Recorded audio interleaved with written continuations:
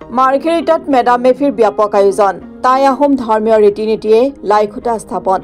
মাৰ্ঘেৰিটাত টাই আহোমসকলৰ পৰম্পৰাগত ধৰ্মীয় উৎসৱ মেডাম মেফিৰ ব্যাপক আয়োজন চলাই থকা হৈছে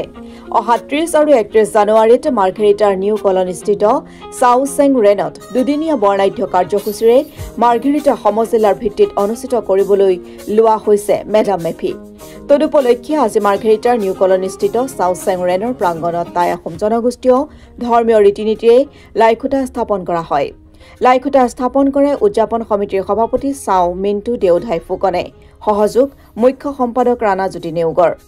লাইখুটা স্থাপন অনুষ্ঠানত টাই আহোম জনগোষ্ঠীয় বিভিন্ন সংগঠনৰ নেতাকৰ্মী তথা বিষয়ববীয়া গণ্যমান্য ব্যক্তি ও অঞ্চলটোৰ লগত জড়িত বিভিন্ন জাতি জনগোষ্ঠীৰ মুৰব্বী আৰু স্থানীয় ৰাইজসকল উপস্থিত থাকে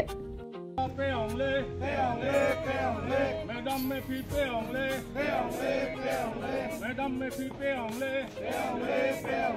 Hong Dong Sun Kam pe anglais, Hong Dong Sun Kam pe anglais, Homo Kilonja Dati Jonogusti pe anglais,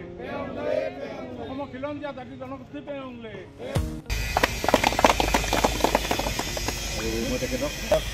Homo Jila ভিত্তিত আয়োজন কৰা টাই আহোমসকলৰ প্ৰথম অনুষ্ঠান মেডাম মেফি আজি এই লাইখুটা অনুষ্ঠানত উপস্থিত থকা সকলো জ্ঞাতলৈ মোৰ আন্তৰিক শুভেচ্ছা থাকিল আমি স্বদেশ আৰু স্বজাতিৰ মংগলাৰ্থে আয়োজন কৰা হয় মেডাম মেফি মাৰ্ঘেৰিটাৰ আসলে বিভিন্ন জাতি জনগোষ্ঠীৰ মিলনভূমি টাইমলীয় হিচাপে ইয়াত প্ৰায় 20,000ৰ অধিক আমাৰ লোক আছে সকলো জাতি জনগোষ্ঠীক লগত লৈ এবাৰ মেডাম মেফিৰ ব্যাপক ৰূপত 30 আৰু 31 তাৰিখে দুদিনীয়া কাৰ্যসূচীৰ আয়োজন কৰা হৈছে স্বদেশ আৰু স্বজাতিৰ মংগলাৰ্থে আমি আমাৰ পূৰ্বপুৰুষক আমি স্মৰণ কৰিম ইয়াৰ লগে লগে বিভিন্ন সাংস্কৃতিক অনুষ্ঠান অনুষ্ঠিত হ'ব সাংস্কৃতিক শোভাযাত্ৰা অনুষ্ঠিত হ'ব এই সাংস্কৃতিক শোভাযাত্ৰাৰ জৰিয়তে এই যিখন বৰ্ণিল মাৰ্ঘেৰিটা বিভিন্ন জাতি জনগোষ্ঠীৰ সমন্বয়ৰ যিখন মাৰ্ঘেৰিটা সেই মাৰ্ঘেৰিটাখনক প্ৰতিফলিত কৰা হ'ব কেৱল আমাৰ টাইমলীয় যিসকল জনগোষ্ঠী আছে জনগোষ্ঠীক লৈ এই অনুষ্ঠান নহয় সকলো জাতি জনগোষ্ঠীক লৈ এটা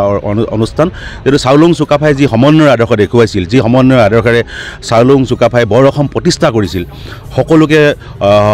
সমমৰ্যাদাৰে চাউলুং চুকাফাই যিখন অসম প্ৰতিষ্ঠা কৰিছিল এই সমমৰ্যাদাৰে আমি আগুৱাই যাব লাগিব অসমখনক শক্তিশালী ৰূপত গঢ়ি তোলাৰ ক্ষেত্ৰত অসমীয়া জাতিটোক আমি শক্তিশালী ৰূপত আগুৱাই লৈ যোৱাৰ ক্ষেত্ৰত আৰু মাৰ্ঘেৰিটাত সকলো টাইমলীয় জনগোষ্ঠী এটা একত্ৰিত হ'ব লাগিব আৰু লগতে সকলো জাতি জনগোষ্ঠীক লগত লৈ আমি আগবাঢ়ি যাব লাগিব যেহেতুকে আমাৰ মূল উদ্দেশ্য অসমখনক এখন সমৃদ্ধিশালী অসম হিচাপে গঢ়ি তোলা সকলো জাতি জনগোষ্ঠীৰ সমন্বয়ত এখন অসম গঢ়ি তোলা গতিকে এই প্ৰচেষ্টা এই মেডাম মেফিৰ জৰিয়তে আমি কৰিবলৈ চেষ্টা কৰিম মাৰ্ঘেৰিটা মহকুমা জিলা সমজিলা ভিত্তিত আয়োজন কৰা মেডাম মেফি আজি লাইখুটা আজি স্থাপিত হ'ল আৰু সকলো জ্ঞাতিবৰ্গ উপস্থিত থাকি অনুষ্ঠানটো সহযোগিতা আগবঢ়াইছে আমাৰ মাৰ্ঘেৰিটা মেডাম মেফিৰ বৈশিষ্ট্য এইটো যে চাউলুং চুকাফাই প্ৰথমবাৰ আহি মাৰ্ঘেৰিটাৰ এই বুঢ়ীদিহিং পাৰতেই মেডাম মেফি অনুষ্ঠিত কৰিছিল আৰু জন্মিল লৈছিল পৰৱৰ্তী সময়তো তেখেতে বহু বছৰ ইয়াত থাকি বহুটা মাহ ইয়াতে অতিবাহিত কৰিছিল আৰু কাষৰীয়া যিসকল জাতি জনগোষ্ঠীক লৈ মেডাম মেফি অনুষ্ঠিত কৰি সকলোকে একত্ৰিত কৰাৰ কাৰণে প্ৰয়াস কৰিছিল আৰু ইয়াৰ পৰাই বৰ অসমৰ প্ৰতিষ্ঠাৰ সপোন দেখিছিল পৰৱৰ্তী সময়ত মাৰ্ঘেৰিটাবাসী ৰাইজে এই মেডাম মেফিখন অনুষ্ঠিত কৰি আহিছে আজি 42টা বৰ্ষত ভৰি দিছে এইবাৰ আমি অতি জাকজমকতা আৰু ব্যয়বহুলভাৱে বহুখিনি কাৰ্যসূচী গ্ৰহণ কৰিছোঁ গতিকে সকলো ৰাইজকে মাৰ্ঘেৰিটাবাসী ৰাইজৰ লগতে অসমৰ বিভিন্ন প্ৰান্তৰ পৰা আহিবলগীয়া সাংস্কৃতিক দলসমূহ বিশিষ্ট সকলোকে আমি আমন্ত্ৰণ জনাইছোঁ আৰু সেইদিনাখন উপস্থিত থাকি আমাৰ এই কৰ্মভাগী সমাপন কৰা সহযোগিতা কৰাৰ কাৰণে মই অনুৰোধ জনাইছোঁ ধন্যবাদ